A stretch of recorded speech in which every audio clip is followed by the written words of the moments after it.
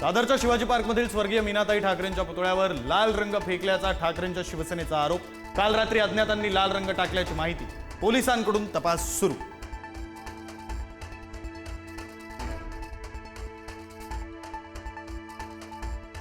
पंतप्रधान नरेंद्र मोदींचा आज 75वा वाढदिवस। देशासह जगभरातील मान्यवरांकडून मोदींवर शुभेच्छांचा वर्षाव।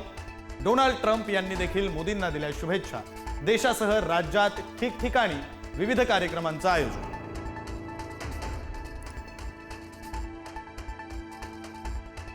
पंतप्रधानांना नरेंद्र मोदी यांना वाढदिवसानिमित्तानं विविध क्षेत्रातील मान्यवरांनी दिल्या शुभेच्छा।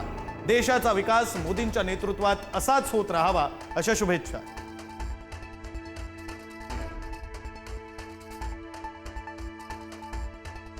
आज मराठवाडा मुक्तीसंग्राम दिन। मुख्यमंत्री देवेंद्र फडणवीस यांच्या हस्ते संभाजीनगरमध्ये ध्वजारोहण, तर उपमुख्यमंत्री अजित पवारांनी बीडमध्ये केलं ध्वजारोहण।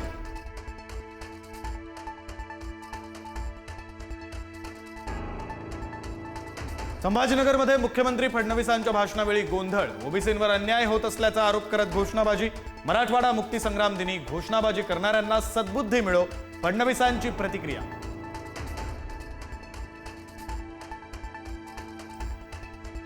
हैदराबाद गॅझेट अंमलबजावणी आदेशानुसार कुणबी प्रमाणपत्र वाटप सुरू। बीड, धाराशिव आणि हिंगोलीमध्ये कुणबी प्रमाणपत्रांचं वाटप। मराठा समाजात आनंदाचं वातावरण।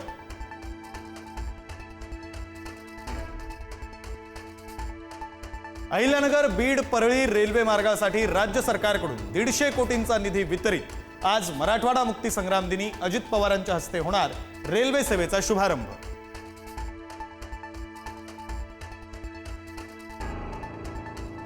जालन्यामध्ये बॅनरमधून पालकमंत्री पंकजा मुंडेंवर निशाणा। झेंडावंदन ते झेंडावंदन येणाऱ्या ताईंचं हार्दिक स्वागत अशा आशयाचे झळकले बॅनर। केवळ झेंडावंदनालाच पंकजा मुंडे येत असल्याच्या निषेधार्थ बॅनरबाजी।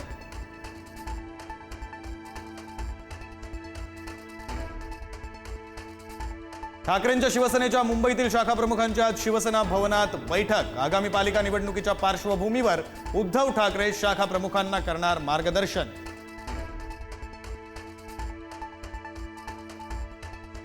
पालिका निवडणुकीच्या पार्श्वभूमीवर एकनाथ शिंदे ऍक्शन मोडवर। निवडणुकीच्या कामाला लागण्याचे शिंदेंचे सर्व नगरसेवकांना आदेश। पालिकेत महायुतीचाच भगवा फडकणार, शिंदेंनी व्यक्त केला विश्वास।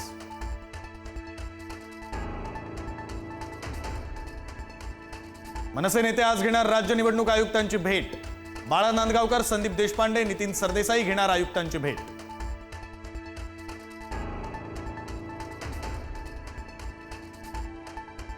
स्थानिक स्वराज्य संस्थांच्या निवडणुका 3 टप्प्यात होणार। पहिल्या टप्प्यात ग्रामपंचायत आणि पंचायत समितीची निवडणूक, दुसऱ्या टप्प्यात नगरपालिका आणि जिल्हा परिषद, तर तिसऱ्या आणि शेवटच्या टप्प्यात महापालिकांच्या निवडणुका।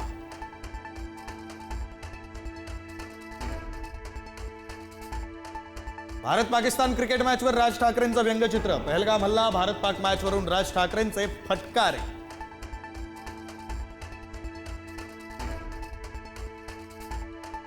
माणिकराव कोकाटेंनी रोहित पवारांवर दाखल केलेल्या मानहानी नोटीस प्रकरणी आजपासून सुनावणी। नाशिक जिल्हा सत्र न्यायालयात आजपासून सुनावणीला सुरुवात।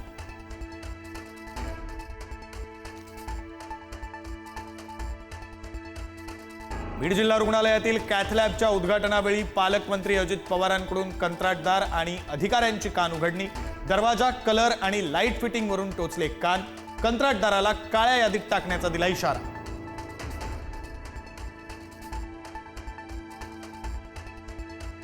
अधिकाऱ्यांसमोरच शेतकऱ्याची विहिरीत उडी मारून आत्महत्या। संभाजीनगरच्या पैठण तालुक्यातील खादगावमधील घटना। अधिकाऱ्यानं सुनावल्यानंतर शेतकऱ्याची विहिरीत उडी।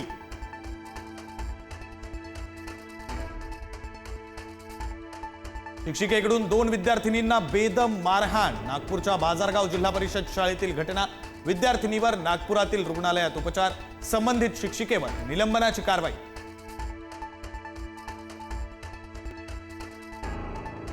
पुढील 48 ते 72 तासात महाराष्ट्रात परतीचा पाऊस। राजस्थान, पंजाब, हरियाणा, गुजरातमध्ये परतीचा पाऊस दाखल। कोकण आणि विदर्भात सोमवारपर्यंत पावसाचा मुक्काम।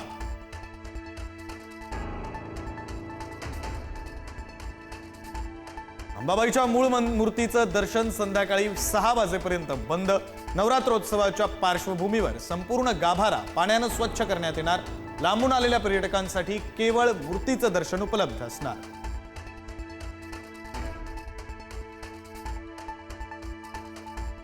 पंढरपूरच्या श्री विठ्ठल रुक्मिणी मंदिरात नवरात्रीची तयारी सुरू. शेकडो वर्षांचे मौल्यवान दागिने गोठवण्याचं काम सुरू. नवरात्रीच्या काळात विठ्ठल रुक्मिणीचं रूप खुलणार.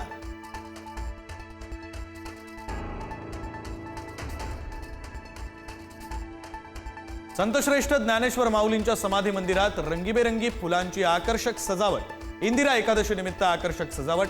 माऊलींचं मनोहरी रूप पाहण्यासाठी भाविकांची गर्दी.